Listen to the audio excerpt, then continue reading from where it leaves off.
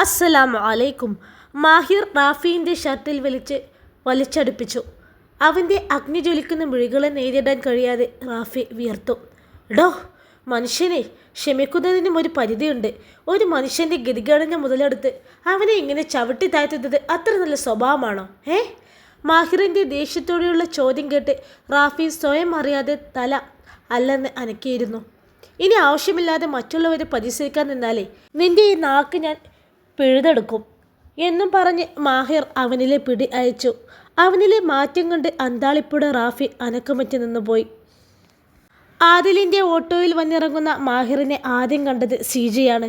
സംശയത്തോടെ നെറ്റി ചുളിച്ച് ഉമ്മറത്തേക്ക് ഇറങ്ങി നിന്നവൾ വിശ്വാസമില്ലാതെ അവനെ ഉറ്റുനോക്കി. ഇക്കാക്ക. കണ്ണുമിഴിച്ച് നിൽക്കുമ്പോൾ സീജയുടെ ചുണ്ടുകൾ മന്ത്രണം പോലെ മുഴിഞ്ഞു. നീ വരുന്നില്ലേ ആദ്യ അകത്തേക്ക്? മാഹിർ തിരക്കി. ആദിലിൻ്റെ നോട്ടം പുതുമന വീടിന് നേർക്ക് നീണ്ടു. അവൻ്റെ മുഖത്ത് വെറുപ്പും പുച്ഛവും കലർന്നൊരു ഭാവമുണ്ടായി. ആ വീട്ടിലുള്ളവരെ മനുഷ്യരെക്കുറിച്ച് ഓർത്തപ്പോൾ തന്നെ അവൻ്റെ മനസ്സ് മടുത്തു. ഇല്ല, നീ ഫ്രീ ആവുമ്പോൾ പുറത്തേക്കിറങ്ങ്. ഞാൻ ആ ഓട്ടോ സ്റ്റാൻഡിലുണ്ടാവും. നമുക്ക് അവിടെ ഇരുന്ന് സംസാരിക്കാം. ആ വീട്ടുകാരോടുള്ള വിദ്വേഷം പുറമേ കാണിക്കാതെ പറഞ്ഞുകൊണ്ട് ആദിൽ ഓട്ടോ തിരിച്ചു. സീജ ഇക്കാക്കയെ ഒന്നാകെ ഒഴിഞ്ഞു നോക്കി. വെളുത്തു തുടുത്തൊരു സുമുഖനായ മാഹിറിൻ്റെ ക്ഷീണിച്ച് കരുവാളിച്ച കോലം കണ്ട് അവൾക്ക് അതിശയം തോന്നി. പഴയ മാഹിറിൻ്റെ നിഴൽ രൂപം പോലൊരു കോലം. സീജയുടെ കണ്ണ് അവൻ്റെ കയ്യിലെ ചെറിയ ബാഗിലേക്ക് എത്തി. ഇക്കാക്ക ഇങ്ങനെയാണോ ഗൾഫിൽ നിന്ന് വരുന്നത്? അവൻ്റെ അടുത്തേക്ക് പോകണോ അതോ അകത്തേക്ക് പോയി ഉമ്മയെ വിളിക്കണോ എന്നറിയാതെ ഒരു നിമിഷം അങ്കലാപ്പോടെ നിന്നവൾ പെട്ടെന്ന് ഓർമ്മ വന്നതും മാഹിറിൻ്റെ അടുത്തേക്ക് ചുവട് വെച്ചു. ഇക്കാക്ക നമ്മളെയൊക്കെ ഒന്ന് സർപ്രൈസ് ആക്കാൻ വേണ്ടിയാവും ഇങ്ങനെ ഓട്ടോയിൽ വന്നിറങ്ങുന്നത്. ചിലപ്പോൾ ഇക്കയച്ച സാധനങ്ങൾ പുറകെ കാർഗോ വരുന്നുണ്ടാവും. എന്തായാലും ആദ്യം ചെന്ന് ഇക്കാക്കയെ കയ്യിലെടുക്കാം. എന്നാലേ കൊണ്ടുവരുന്നതിൽ പാതിയും എനിക്ക് അടിച്ചെടുക്കാൻ പറ്റൂ. കൗശലത്തോടെ ഉള്ളിൽ പലതും കണക്കുകൂട്ടി സീജ ഓടിച്ചെന്ന് മാഹിറിൻ്റെ കൈ പിടിച്ചു. ഇക്കാക്ക. സ്നേഹത്തോടെ അവൾ ഇക്കാക്കയെ വട്ടമുണർന്നു. അസ്സലാമു അലൈക്കും. മാഹിർ സലാം പറഞ്ഞ് പെങ്ങളെ ചേർത്ത് പിടിച്ചു. ഇക്കാക്ക എന്താ ഇങ്ങനെ? ആകെ ക്ഷീണിച്ചു പോയല്ലോ. ഭക്ഷണമൊന്നും കഴിക്കാറില്ല എൻ്റെ ഇക്കാക്ക. സലാം അടക്കിയ ശേഷം വ്യസനത്തോടെ മാഹിറിനെ നോക്കി പറഞ്ഞവൾ. അവൻ മെല്ലെ ഒന്ന് പുഞ്ചിരിച്ചുകൊണ്ട് ഉമ്മറത്തേക്ക് കയറി. ആ വാതിൽക്കൽ പുഞ്ചിരിയോടെ തന്നെ സ്വീകരിക്കാൻ നിൽക്കുന്ന സുറുമയുണ്ടെന്ന് അവന് തോന്നി. തന്നെ കാണുമ്പോൾ നാണത്തോടെ പിടയ്ക്കുന്ന പ്രിയതമയുടെ കണ്ണുകൾ, തൻ്റെ ഒരു നോക്കിൽ പൂത്തുലഞ്ഞു പോകുന്ന തൻ്റെ പെണ്ണ്. സുറുമയെ ഓർത്തതും മാഹിറിന് ഒരു ചങ്കിടപ്പുണ്ടായി. തൊണ്ടയിലൂടെ കയ്പുള്ളൊരു കുടിനീര് അരിച്ചിറങ്ങി. ഇങ്ങനെയൊന്നും അല്ലല്ലോ അവൻ സ്വപ്നം കണ്ട തിരിച്ചുവരവ്. 4 വർഷത്തെ പ്രവാസ ജീവിതം കഴിഞ്ഞ് തൻ്റെ പ്രിയപ്പെട്ടവളില്ലാത്ത വീട്ടിലേക്കവൻ വലത് കാലെടുത്ത് വെച്ചു.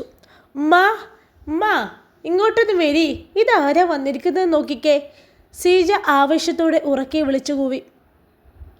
ആനുമ്മ മാത്രമല്ല, ആ വീട്ടിലെ പെണ്ണുങ്ങളും കുട്ടികളുമൊക്കെ ഹാളിലേക്ക് എത്തി. മാഹിറിന് ചുറ്റും മട്ടം കൂടി. സക്കീറും മുസാഫിറും ആ കൂട്ടത്തിലില്ലായിരുന്നു. അവർക്കെല്ലാം പുഞ്ചിരി കൊടുക്കുന്നുണ്ടെങ്കിലും മാഹിറിൻ്റെ കണ്ണുകൾ വെറുതെ ആര്യയെ തിരിഞ്ഞു. തൻ്റെ മോള് തന്നെ ആദ്യമായി നേരിട്ട് കാണുമ്പോൾ ഉപ്പ എന്ന് വിളിച്ച് തുള്ളിച്ചാടി വന്ന് തനിക്ക് ചക്കരമുത്ത് തരേണ്ട തൻ്റെ കുഞ്ഞുമോള്. ഹാലമോളുടെ കൊഞ്ചൽ മനസ്സിലേക്ക് തികട്ടി വന്നതും മാഹിറിൻ്റെ ഹൃദയം കൂർത്ത മുള്ളു കൊണ്ടതുപോലെ വേദനിച്ചു. അവൻ്റെ കൈവിരലുകൾ ബാഗിൻ്റെ വള്ളിയിലൊന്ന് മുറുകി നെരിച്ചു. മാഹി, ഉമ്മാൻ്റെ പൊന്നു മോനെ, എന്താണ് ഈ വരുന്ന കാര്യം നേരത്തെ പറയാഞ്ഞത്? ആനുമ്മ മോനെ കണ്ട് തൊട്ടും മുഴിഞ്ഞും സ്നേഹം പ്രകടിപ്പിച്ചു. അത് വേറൊന്നും അല്ല ഉമ്മ, ഇക്കാക്ക നമുക്ക് സർപ്രൈസ് തന്നതല്ലേ. ഇപ്പം അതിൻ്റെയൊക്കെ കാലല്ലേ അല്ലേ ഇക്കാക്ക? സീജ അവനെ കൈവിടുന്നില്ല. സോപ്പിട്ട് പതിപ്പിക്കാനുള്ള പണ്ടേ അവൾ മിടുക്കിയാണല്ലോ. ഇതെന്താടാ എൻ്റെ കോലെങ്ങനെ? അവിടെ തിന്നാനും കുടിക്കാനൊന്നും എനിക്ക് കിട്ടാറില്ലേ? ആനുമ്മ തിരക്കി. തിന്നാൻ കിട്ടാഞ്ഞിട്ടൊന്നും ആവില്ല ഉമ്മ. ഇക്കാക്ക അവിടെ ഡെയിലി മന്തിയും കപ്സയും ഒക്കെ തിന്ന് മടുത്തിട്ടുള്ള വരവാവും. ഇനി നമ്മുടെ നാട്ടിൽ നാടൻ ഭക്ഷണം തിന്നുമ്പോൾ പോയ തടിയൊക്കെ ഇങ്ങോട്ട് വന്നോളും അല്ലേ ഇക്കാക്ക? മാഹിർ വാത്തുറക്കും മുമ്പ് സീജ മറുപടി കൊടുത്തുകൊണ്ട് മാഹിറിനെ നോക്കി. എന്ത് പറഞ്ഞാലും ലാസ്റ്റ് അവളോടൊരു അല്ലേ ഇക്കാക്ക. എന്താ അവളുടെ ഒരു അഭിനയം? ആർക്കാ അറിയാത്തത് അഭിനയമാണെന്ന്? ഇത്രയും നേരം പുന്നാര ആങ്ങളൻ്റെ കുറ്റം പറഞ്ഞിരുന്ന ടീമാ. തള്ളക്കും മോക്കും ഇപ്പോൾ എവിടെ നിന്നൊക്കെയാണ് സ്നേഹം ഒഴുകുന്നത്? ഇതിനെയൊക്കെയല്ലേ അക്ഷരം തെറ്റാതെ ഓന്തെന്ന് വിളിക്കേണ്ടത്? ചൂരം ചാരി അവരെ നോക്കി നിന്ന ലബീബ സീജയെ നോക്കി മുറുമുറുത്തു. എന്നാലും ഒട്ടകത്തിൻ്റെ പാലെങ്കിലും വാങ്ങി ഒരു ഗ്ലാസ് ദിവസവും കുടിക്കായിരുന്നില്ല എൻ്റെ മാഹിയ എനിക്ക്. എൻ്റെ പഴയ ചുറുചുറുക്കൊക്കെ അങ്ങ് പോയല്ലോ. ഇപ്പോൾ എന്നെ കണ്ട അവിടെ പട്ടിണി ആയിരുന്നു എന്ന് തോന്നും. നാട്ടുകാരും ബന്ധുക്കാരൊക്കെ ചോദിക്കൂലേ, ദുബായിൽ നിന്ന് വന്നതാണെന്ന് നെറ്റിയിൽ എഴുതി ഒട്ടിക്കേണ്ട ഗതികേടായിട്ടുണ്ട്. ആനുമ്മ പറഞ്ഞു. മാഹിർ ഉമ്മയോട് പുഞ്ചിരിയോട് സലാം പറഞ്ഞു ആ കവിളിലൊരു മുത്തവും കൊടുത്തു. പിന്നെ ഉപ്പ കിടക്കുന്ന മുറിയുടെ നേർക്ക് നടന്നു. ആ ബാഗ് ഇങ്ങോട്ട് തന്നേക്കിക്കാക്ക, ഞാൻ മുറിയിൽ വെച്ചോളാം. ഷീജ അവൻ്റെ കയ്യിലെ ബാഗ് വാങ്ങിച്ചു പിടിച്ചു. ഇതെന്താടി? ഓൻ ഇത് മാത്രമേ കൊണ്ടുവന്നിട്ടുള്ളൂ, ബാക്കിക്ക് എവിടെ? മാഹിർ ഉപ്പയുടെ അടുത്തേക്ക് പോയതും ആനുമ്മ തഞ്ചത്തിൽ ഷീജയുടെ അതിൽ രഹസ്യം ചോദിച്ചു. ആ അതെന്നെ ഉമ്മ ഞാനും ആലോചിക്കണേ. കയ്യിലൊരു തുക്കട ഭാഗം തൂഴുകി ഒരു പെട്ടി ഓട്ടോറിക്ഷയിൽ ഞങ്ങളെ മോനെ ദുബായിൽ നിന്ന് വന്നിറങ്ങിയത്. ഇത്രയും നേരം ഉണ്ടായിരുന്ന ഉത്സാഹമൊക്കെ കെട്ടടങ്ങി ഇപ്പോൾ ഷീജയുടെ കവിൾ ഒരു കൊട്ടക്കണക്കിന് വീർത്തുന്നിട്ടുണ്ട്. അവൾ ആ ബാഗിൻ്റെ സിബ് തുറന്ന് അകത്തേക്കൊരു എത്തിനോട്ടം നോക്കി. ഇതിലിനിപ്പോൾ എന്താണാവോ? അതിൽ കുറച്ച് മിഠായിയാണ്, എയർപോർട്ടിൽ ഇറങ്ങി വരും വഴി വാങ്ങിയതാ. അത് പൊട്ടിച്ചാൽ പിള്ളേർക്ക് കൊടുത്തേക്ക് ഷീജ. മാഹിർ പറഞ്ഞതും ഷീജ ഒരു വിളറിയ ചിരിയോടെ അവനെ നോക്കി തലനക്കി. മാഹിർ ഉപ്പയുടെ അടുത്തേക്ക് തന്നെ തിരിഞ്ഞു പോയതും ഷീജ ചുണ്ടുകൊട്ടി. ഓ, ആർക്ക് വേണം ഉണക്ക മുട്ടായി?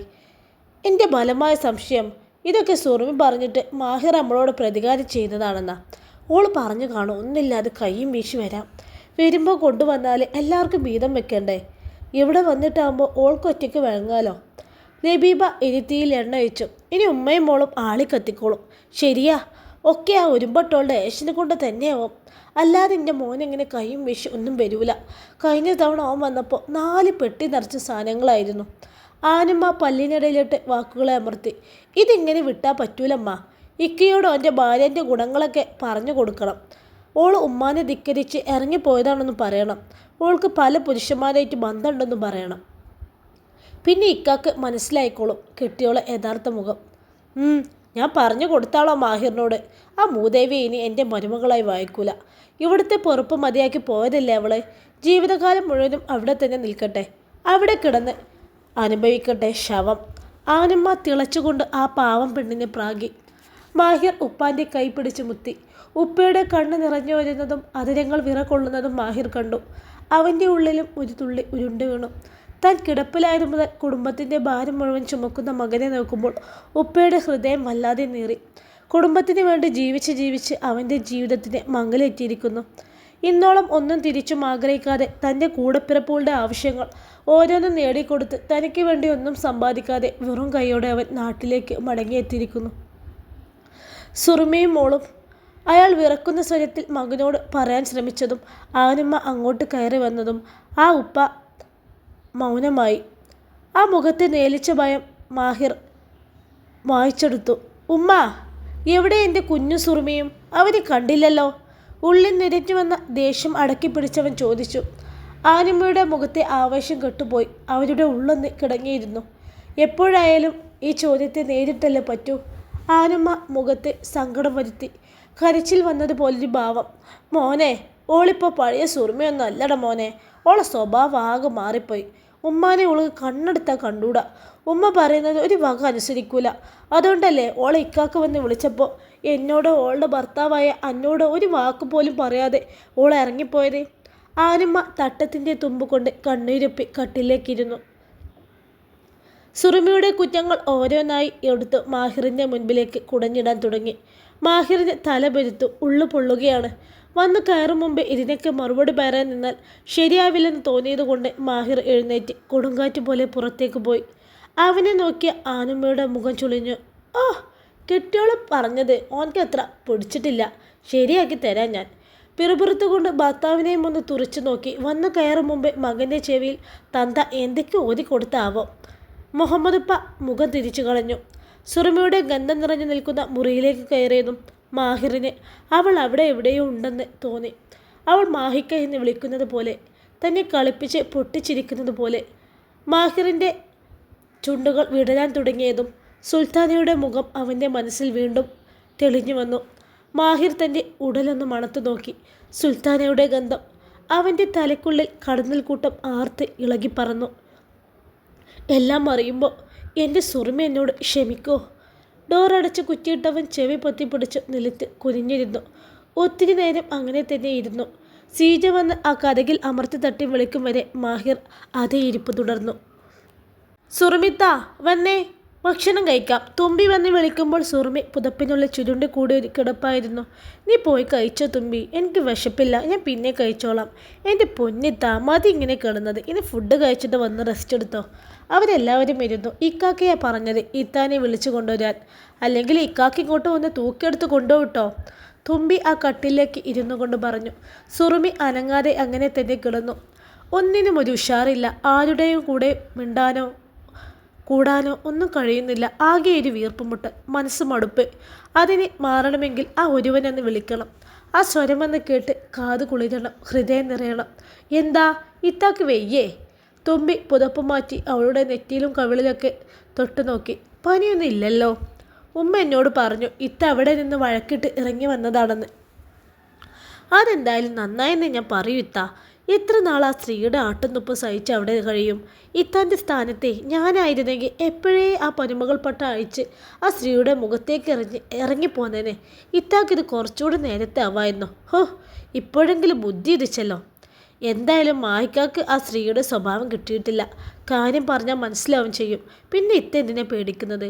മൂപ്പരെന്തായാലും അവരെ വാക്ക് കേട്ട് ഈ സുറുമിപ്പെടിനെ ഒഴിവാക്കുന്നില്ല. തുമ്പി സുറുമിയുടെ കവിളിൽ പിടിച്ചു വലിച്ചുകൊണ്ടാണ് പറഞ്ഞത്. അത് കേട്ടിട്ടും സുറുമിക്കൊരു സന്തോഷവും തോന്നിയില്ല. കാരണം മാഹിക്ക പഴയതുപോലെയല്ല. ആൾക്കിപ്പോൾ തന്നോട് അകലം വന്നതുപോലെ, തന്നോട് എന്തോ ദേഷ്യമുള്ളതുപോലെ. ആ സ്വഭാവത്തിൽ ചെറിയ മാറ്റങ്ങൾ സംഭവിച്ചു തുടങ്ങിയത് സുറുമിക്ക് മാത്രമല്ലേ അറിയൂ. വന്നേ, വന്ന് ഭക്ഷണം കഴിച്ചേ, മതി കിടന്നത്. തുമ്പി നിർബന്ധപൂർവ്വം അവളെ പിടിച്ച് എഴുന്നേൽപ്പിച്ചു. സുറുമി ബാത്റൂമിൽ പോയി മുഖം കഴുകും വരെ തുമ്പി കാത്തിരുന്നു. ലൈലുമ്മ ഹാലമോൾക്ക് ചിപ്പൂട്ടലും ഭക്ഷണം കൊടുക്കുന്നുണ്ട്. സുറുമിയുടെ വാടിയ മുഖത്തേക്ക് അവരൊന്ന് തുറച്ചു നോക്കി. ആരെ ഓർത്താ സുറുമിയെ ഈ ഇങ്ങനെ കരഞ്ഞു പിഴിഞ്ഞിരിക്കണേ? അത് കെട്ടിയോനോർത്തോ? അവൻ അന്നേ കുഞ്ഞിനെ ഓർമ്മ ഉണ്ടായിരുന്നെങ്കിൽ നിങ്ങൾ ജീവിച്ചിരിപ്പുണ്ടോ എന്നറിയാനെങ്കിലും ഇടയ്ക്കൊന്ന് അന്നെ വിളിക്കൂലേ? മതിയാക്ക് നിൻ്റെ മോങ്ങൽ. നിന്നെ ഓർക്കാത്തവരെ നീ ഇനി ഓർക്കണ്ട. ലീല അവളുടെ നേർക്ക് ചീറി. സുറുമി പ്ലേറ്റിലേക്ക് മുഖം താഴ്ത്തി. ഉമ്മ ഒന്നും മിണ്ടാതിരുന്നേ. ഷഹീർ ഉമ്മയെ വിലക്കി. ഓ, ഞാനിപ്പോൾ ഒന്നും മിണ്ടണില്ല. ഇനി എന്താണ് ചെയ്യേണ്ടതെന്ന് എനിക്കറിയാം. സുറുമി ഈ കൈക്ക്. ഷഹീർ അവൾക്ക് ഭക്ഷണം വിളമ്പി. സുറുമയുടെ നിറഞ്ഞ കണ്ണുകളിൽ നിന്ന് ഒരു തുള്ളി ആ ചോറിലേക്ക് കൊഴിഞ്ഞു വീണു. ആനിമ്മ വിളമ്പിയ ഭക്ഷണം തൊണ്ടയിൽ നിന്ന് താഴേക്കിറങ്ങാതെ മാഹിർ ചോറിൽ വിരലെട്ടി ഇളക്കിയിരുന്നു. ഇക്കാക്ക, ഈ കറിയൊന്ന് ഒഴിച്ചു നോക്കിയേ. ഇത് ഞാൻ ഇക്കാക്ക് വേണ്ടി സ്പെഷ്യലായിട്ട് ഉണ്ടാക്കിയതാണ്. സീജയും ആനമ്മയും അവനെ ഊട്ടാൻ മത്സരിച്ചു. മാഹിർ കുറച്ചെന്തോ കഴിച്ചെന്ന് വരുത്തി എഴുന്നേറ്റു. എന്ത് പറ്റുമോനെ, കറികളൊന്നും എനിക്ക് ഇഷ്ടമായില്ലേ? കുറച്ചല്ലേ കഴിച്ചുള്ളൂ. ആനമ്മ പരാതിപ്പെട്ടു. എൻ്റെ വയറ് നിറഞ്ഞു. കൈ കഴുകി മുഖം തുടച്ച് മാഹിർ റൂമിലേക്ക് നടക്കുമ്പോൾ സക്കീർ കയറി വന്നു. മാഹിർ വന്ന വിവരം നേരത്തെ അറിഞ്ഞതുകൊണ്ടാണ് സക്കീർ വീട്ടിലേക്ക് വരാൻ ഇത്രയും താമസിച്ചത്. താൻ സുറുമിയോട് കാണിച്ചത് വല്ലതും മാഹിർ അറിഞ്ഞിട്ടുണ്ടെങ്കിൽ എങ്ങനെ അവനെ ഫേസ് ചെയ്യുമെന്നൊരു ടെൻഷനാണ് അയാൾക്ക്. സക്കീറിനെ കണ്ടതും മാഹിറിൻ്റെ മുഖം മുറുകി. അവൻ്റെ കഴുത്തിൽ കുത്തിപ്പിടിച്ച് ശ്വാസം മുട്ടിച്ച് കൊല്ലാനുള്ള അത്രയും പക തോന്നിയെങ്കിലും മാഹിർ സ്വയം നിയന്ത്രിച്ചുകൊണ്ട് അവനെ നോക്കി പുഞ്ചിരിച്ചു. സക്കീറിൻ്റെ ഹൃദയത്തിലേക്ക് തണുപ്പ് വീണു, ആശ്വാസത്തിൻ്റെ തണുപ്പ്. മാഹിർ ഒന്നും അറിഞ്ഞിട്ടില്ല. സുറുമി അവനോടൊന്നും പറഞ്ഞിട്ടുണ്ടാവില്ല. അവളെ പേടിപ്പിച്ച് നിർത്തിയത് നന്നായി. ഈ എപ്പെത്തി മാഹി? സ്നേഹം പുലർത്തിയ ചോദ്യം മായി അയാൾ മാഹിറിനെ നോക്കി. ഞാൻ രാവിലെ എത്തി. മാഹിർ സക്കീറിൻ്റെ കയ്യിൽ പിടിച്ചു. വരുന്ന കാര്യം പറഞ്ഞിരുന്നെങ്കിലേ ഞാൻ കാറുമായി എയർപോർട്ടിലേക്ക് വരുമായിരുന്നില്ലേ? ഉള്ളിലെ ഭീതി അകന്നതും സക്കീർ വാചാലനായി. ഇത്തവണ ആരെയും ബുദ്ധിമുട്ടിക്കാതെ ഇങ്ങ് പോന്നു. എപ്പോഴും എല്ലാവരും ഉണ്ടാവണമെന്നില്ലല്ലോ. മാഹിറിൻ്റെ ചുണ്ടിൽ പകയുടെ വെറി നിറഞ്ഞൊരു ചിരി മഞ്ഞു മാഞ്ഞതുപോലെ സക്കീറിന് തോന്നി. അതെന്താടാ അങ്ങനെ ഒരു സംസാരം? നീ എൻ്റെ അനിയനല്ലേ? ഉള്ളിലുയർന്ന ആന്തൽ പുറത്തു കാണിക്കാതെ സക്കീർ അവൻ്റെ മുഖത്തേക്ക് നോക്കി ചിരിച്ചു. അയാളുടെ കണ്ണുകളിൽ മറഞ്ഞിരിക്കുന്ന ഭയവും പരിഭ്രമവും തൊട്ടു മുൻപിൽ കണ്ടതും മാഹിർ ചിരിച്ചു. സഹതാപം മുഴുവനും വാർന്നു വിഞ്ഞൊരു ചിരി. അപ്പോൾ ഇക്കാക്ക് മറന്നിട്ടില്ലല്ലേ ഞങ്ങൾ അനിയനാണെന്ന്? ഞാൻ കരുതി 4 വർഷം ഞാൻ വിട്ടു നിന്നപ്പോഴേക്കും ഇക്കാക്ക നമ്മൾ തമ്മിലുള്ള ബന്ധമൊക്കെ മറന്നു കാണുന്നു. മുന വെച്ച് പറയുന്നതിനോടൊപ്പം മാഹിറിൻ്റെ കൈയിനുള്ളിൽപ്പെട്ട് സക്കീറിൻ്റെ കൈയിന്ന് മുറുകി നെരിഞ്ഞമർന്നിരുന്നു. സക്കീർ കൈവലിച്ചതും മാഹിർ പുഞ്ചിരിയോടെ ആ കൈ വിട്ടു കൊടുത്തു. സഹോദരനാണത്രേ. സ്വാർത്ഥ ലാഭത്തിന് വേണ്ടി സ്നേഹം അഭിനയിച്ച് കൂടെ നടന്നിട്ട് താനില്ലാത്ത സമയത്ത് തൻ്റെ പെണ്ണിനെ തട്ടാനും മുട്ടാനും കയറിപ്പിടിക്കാനും നടക്കുന്ന വൃത്തികെട്ട ഇരുമുഖമുള്ള ഈ നിഷ്കൃഷ്ട ജീവിയെ എങ്ങനെ സഹോദരനായി കാണും? മാഹിറിൻ്റെ കണ്ണുകളിൽ സക്കീർ എരിഞ്ഞു. അവൻ്റെ മുൻപിൽ പെടുമ്പോൾ തൻ്റെ പെണ്ണ് എന്തുമാത്രം ഭയപ്പെട്ടിട്ടുണ്ടാവുമെന്ന് മാഹിർ അപ്പോൾ ഓർത്തത്. ഭൂമി തുരന്ന് താഴേക്ക് പോകാൻ കഴിഞ്ഞിരുന്നെങ്കിൽ എന്നോർത്തുകൊണ്ട് വിയർത്തൊലിച്ചു നിന്നു സക്കീർ. ഇക്ക, എന്താ നേരം വൈകിയത്? ലബീബ അങ്ങോട്ട് വന്ന് വിളിച്ചപ്പോൾ സക്കീർ ഒന്ന് ആശ്വസിച്ചു. ഇക്കാക്ക ചെന്ന് കുറച്ച് വെള്ളം കുടിക്ക്. മാഹിർ അർത്ഥം വെച്ച് പറഞ്ഞുകൊണ്ട് അവൻ്റെ മുറിയിലേക്ക് പോയി. കഥകടച്ച് ബെഡിൽ വന്ന് കിടന്നിട്ടും അവൻ്റെ ഉള്ളിൽ സുറുമി മാത്രം നിറഞ്ഞു നിന്നു. തനിക്ക് വേണ്ടി ഒരു പെണ്ണിന് സഹിക്കാവുന്നതിൻ്റെ പരമാവധി സഹിച്ചായിരിക്കും അവൾ ഈ വീട്ടിൽ പിടിച്ചു നിന്നത്. എന്നിട്ടും താൻ അവളെ വഞ്ചിച്ചു. സുറുമി പെണ്ണെ, മാപ്പ്. കുറ്റബോധത്തോടെ അവൻ ആവർത്തിച്ച് പറഞ്ഞു. സുറുമിയുടെ മനസ്സറിയണം. അവളോട് താൻ ചെയ്ത തെറ്റിനെക്കുറിച്ച് തുറന്നു പറയണം. മാഹിർ ഫോണെടുത്ത് FB തുറന്നു. അവൻ സുറുമിയുടെ മാത്രം ജിന്നായി മാറി. എടോ, താനിപ്പോൾ ഓക്കെ അല്ലേ? വീട്ടുകാരോടൊപ്പം കൂടിയപ്പോൾ ഹാപ്പി ആയില്ലേ? തുടക്കം വന്നതുപോലെ ഒരു മെസ്സേജ് അയച്ചിട്ടു. അവളുടെ മറുപടിക്ക് വേണ്ടി അവൻ കാത്തിക്കിടന്നു. അതേസമയം ഹാലമോളെ തട്ടി ഉറക്കുകയായിരുന്ന സുറുമി. കുഞ്ഞുറങ്ങിയതും സുറുമി ഫോണെടുത്ത് നോക്കി. ജിന്നിൻ്റെ മെസ്സേജ് കണ്ട് അവളുടെ ചുണ്ടുകൾ ചെറുപുഞ്ചിരി വിരിഞ്ഞു. ഭർത്താവ് പോലും താൻ ഒറ്റയ്ക്കാണോ എന്ന് അന്വേഷിക്കുന്നില്ല. എന്നാൽ ലോകത്തിൻ്റെ ഏതോ ഒരു കോണിലിരുന്ന് സ്വന്തം പേര് പോലും വ്യക്തമാക്കാത്ത ഒരു സുഹൃത്ത് തന്നെ അന്വേഷിക്കുന്നു. ഞാൻ എങ്ങനെ സന്തോഷവതിയാവും? എൻ്റെ സന്തോഷത്തിൻ്റെ താക്കോൽ എൻ്റെ പ്രിയപ്പെട്ടവൻ്റെ കയ്യിലല്ലേ? ആര് കൂടെ ഉണ്ടെങ്കിലും അദ്ദേഹത്തിൻ്റെ സ്വരമെങ്കിലും ഒന്ന് കേട്ടില്ലെങ്കിൽ എൻ്റെ ഹൃദയം ശൂന്യമായി പോവും. സുറുമിയുടെ മറുപടിയിലെ ഓരോ വാക്കും മാഹിറിൻ്റെ നെഞ്ചിൽ കുത്തിക്കീറി നോവിച്ചു. അവൻ്റെ ഇരു കണ്ണുകളും നിറഞ്ഞ് കവിളിലൂടെ ഒഴുകി. ഈ ലോകത്തെ മറ്റെന്തിനേക്കാളും തന്നെ മാത്രം സ്നേഹിക്കുന്ന പെണ്ണ്. എന്നിട്ടും ഓരോ നിമിഷവും അവൾക്ക് വേദന മാത്രമാണല്ലോ ഞാൻ പകരം കൊടുക്കുന്നത്.